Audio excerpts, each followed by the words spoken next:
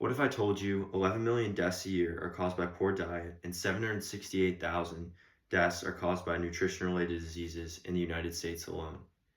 We're in a global health crisis right now, especially in the United States where most of our diet consists of ultra-processed foods and foods that aren't benefiting us really nutritionally. Diet is something that is important to my life. I was an athlete in high school, and diet I took very seriously those 4 years just to optimize my body and the way it feels. For the past year, I've been doing an animal-based diet, and that's what I'm going to talk about today. And I think that it really has helped me be optimal nutritionally and also just feeling wise in life. I think as college students, we should take our care of our bodies and take care of the way that we treat our bodies and the food that we ingest. I think everybody should take care of their body, and the food that they ingest really plays a factor into that. So by adopting an animal-based diet, we will improve our health, prevent chronic disease, and make a healthier world for future generations to come. So today I'm just going to talk about why I think an animal-based diet is the most optimal for human health.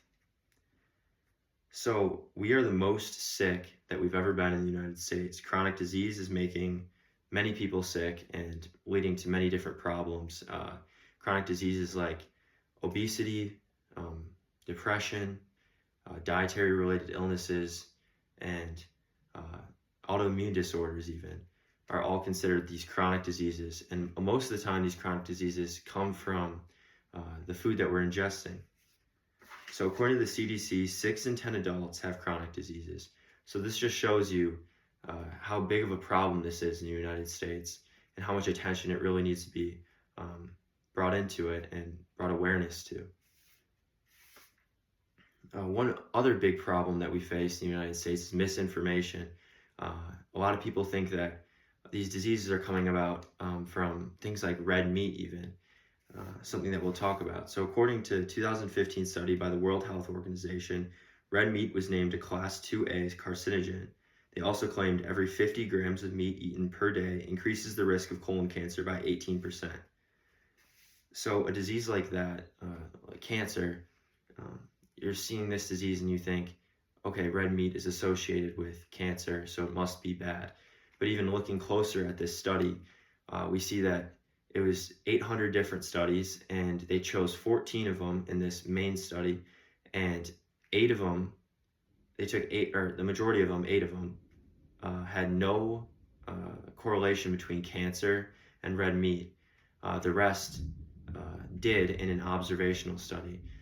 It wasn't really a clinical study, it was an observational study, and out of those 800, only a few of them showed that red meat was correlated with cancer, which just shows you the intent of almost misinformation and skewing the data to make it seem like this red meat is causing this cancer, when really it's not the case.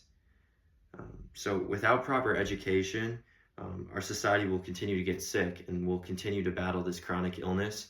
We need to identify misinformation and understand that good diet leads to good health. So a possible solution that I have for this problem is an animal-based diet and just eating how we have been eating for centuries. Our ancestors only ate meat, poultry, grain, and animal-based things that we could only find in nature.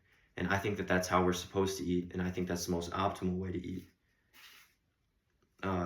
So things like liver, vitamin A, red meat has B12, and liver has the highest amount of vitamin A out of anything that you can find in nature or even processed.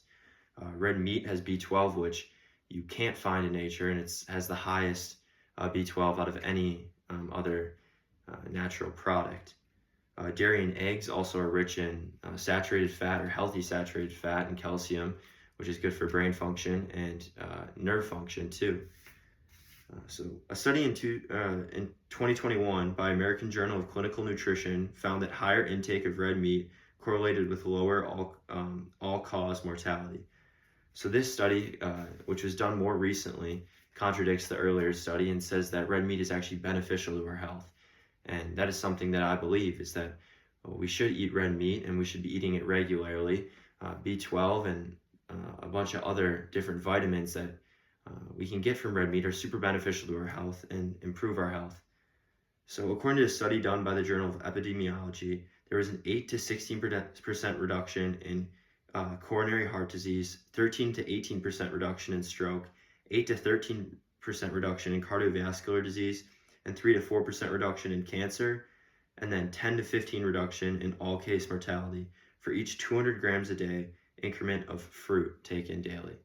So fruit is another thing that's animal-based. It's something that you can implement into your own diet that is going to improve your health greatly. Just like this study suggests, stroke, cancer, it's benefiting your body to get these vitamins and to fight off these different diseases and illnesses. So what about heart disease? That's a common side comment to something like red meat. People think that red meat is associated with heart disease and that it's bad for your heart to eat too much red meat.